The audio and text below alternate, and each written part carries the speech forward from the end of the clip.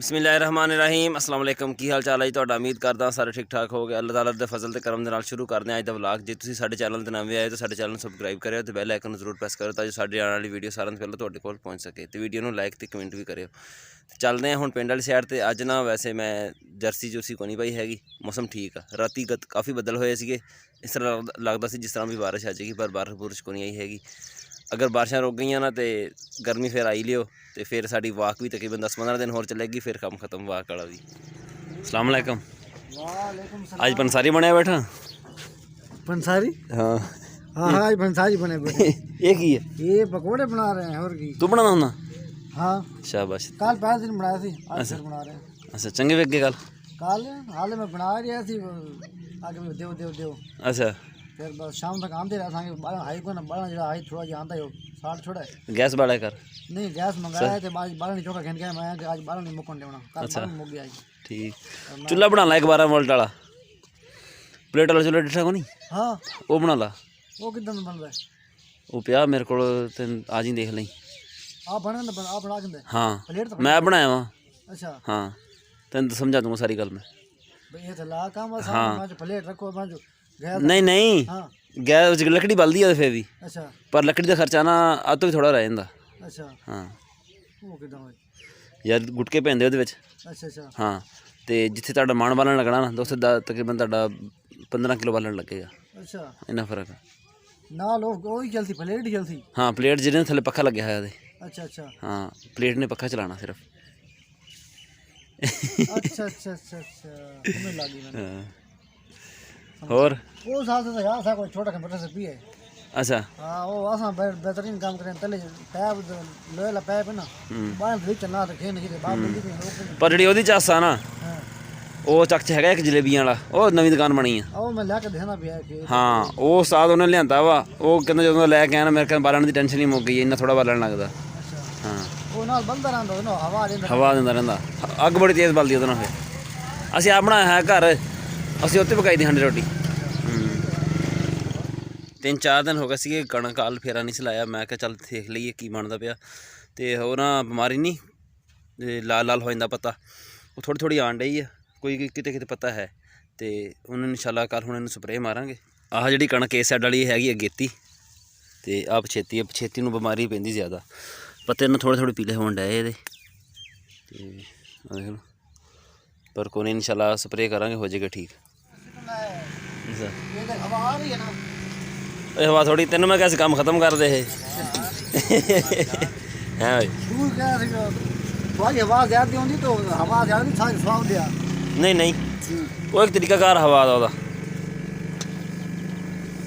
ਇਹ ਕੰਮ ਛੋੜ ਦੇ। हम छोटे हो ਹਾਂ इंशाल्लाह। ਅੱਜ ਆਖਰੀ ਦਿਨ ਕਰ ਦੇ ਤਾਂ ਬਸ। यार मैं तो मैं काम शुरू करना गाहक पहले आए रोज आए बैठे मेरे पास। ਨਹੀਂ ਉਹ ਗੱਲ ਤੇਰੀ ਠੀਕ ਆ, ਕੰਮ ਗਾਹਕ ਆਏ ਬੈਠੇ, ਪਰ ਤੇਰੇ ਕੰਮ ਦਾ ਕੰਮ ਨਹੀਂ ਰਲਦਾ ਇਹ। ये तो है। ਹਾਂ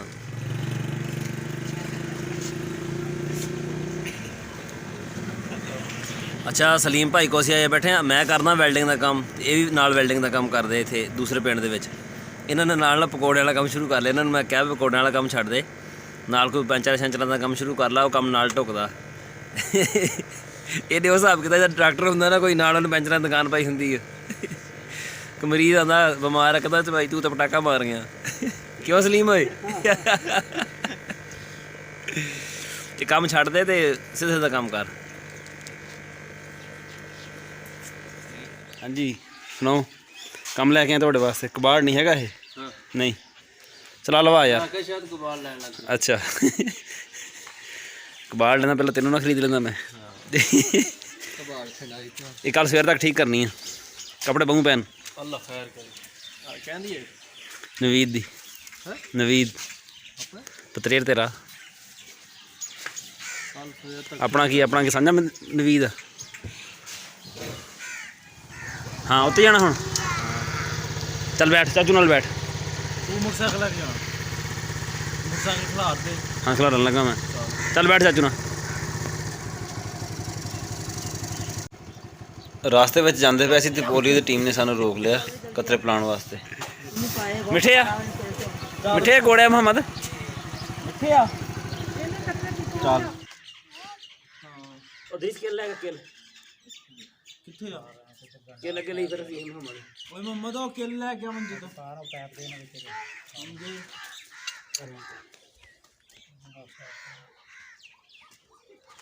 इनको मार जाना पर को मार ਹਾਂ ਕਰਨ ਜਾਣਾ ਕਰਨ ਪੈਪ ਨਾ ਕਿਤੇ ਡੰਡਾ ਪਾਈ ਤੇ ਕਿਤੇ ਖਾ ਦੇਣਾ ਤੂੰ ਇਹਦੇ ਉੱਤੇ ਦੇ ਦੇ ਸਾਡਾ ਕਿੱਲ ਆ ਨਹੀਂ ਮੁਹੰਮਦ ਕਿੱਲ ਉਹ ਜਿਹੜਾ ਸਰੀਆ ਇੰਨਾ ਕ ਉੱਤੇ ਚੱਕ ਸਾਡੀ ਆ ਵੈੜ ਵਾਰੇ ਜਾਈ ਹੋਈ ਆ ਡਾਕਟਰ ਨੂੰ ਸੱਦਿਆ ਇਹਨੂੰ ਟੀਕਾ ਰਖਾਉਂਦੇ ਆ ਨਵੇਂ ਦੁੱਧ ਕਰਾਉਂਦੇ ਆ ਇਹਨੂੰ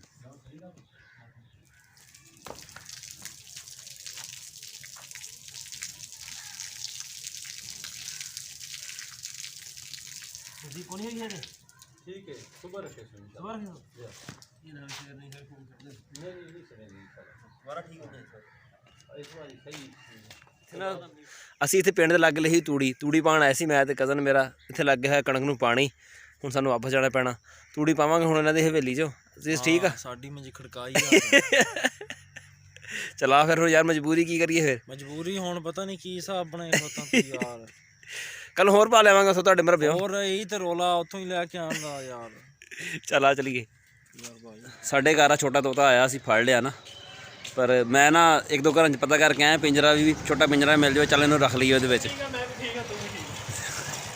ਤੇ ਪਰ ਨਾ ਮੈਂ ਆਪਣੇ ਪੜੋਸੀਆਂ ਨੂੰ ਪੁੱਛਿਆ ਬਾਅਦ ਵਿੱਚ ਮੈਂ ਕਿਹਾ ਪਿੰਜਰਾ ਹੈ ਛੋਟਾ ਉਹ ਕਹਿੰਦਾ ਯਾਰ ਤੋਤਾ ਫੜਿਆ ਮੈਂ ਕਿਹਾ ਹਾਂ ਕਹਿੰਦਾ ਸਾਡਾ ਉੜਿਆ ਵਾ ਆ ਲੈ ਭਾਈ ਮੈਂ ਆ ਜਾ ਤੈਨੂੰ ਦਿਖਾ ਦਿੰਨਾ ਨਹੀਂ ਲੈ ਲਾ ਯਾਰ ਲੈ ਲਾ ਤੂੰ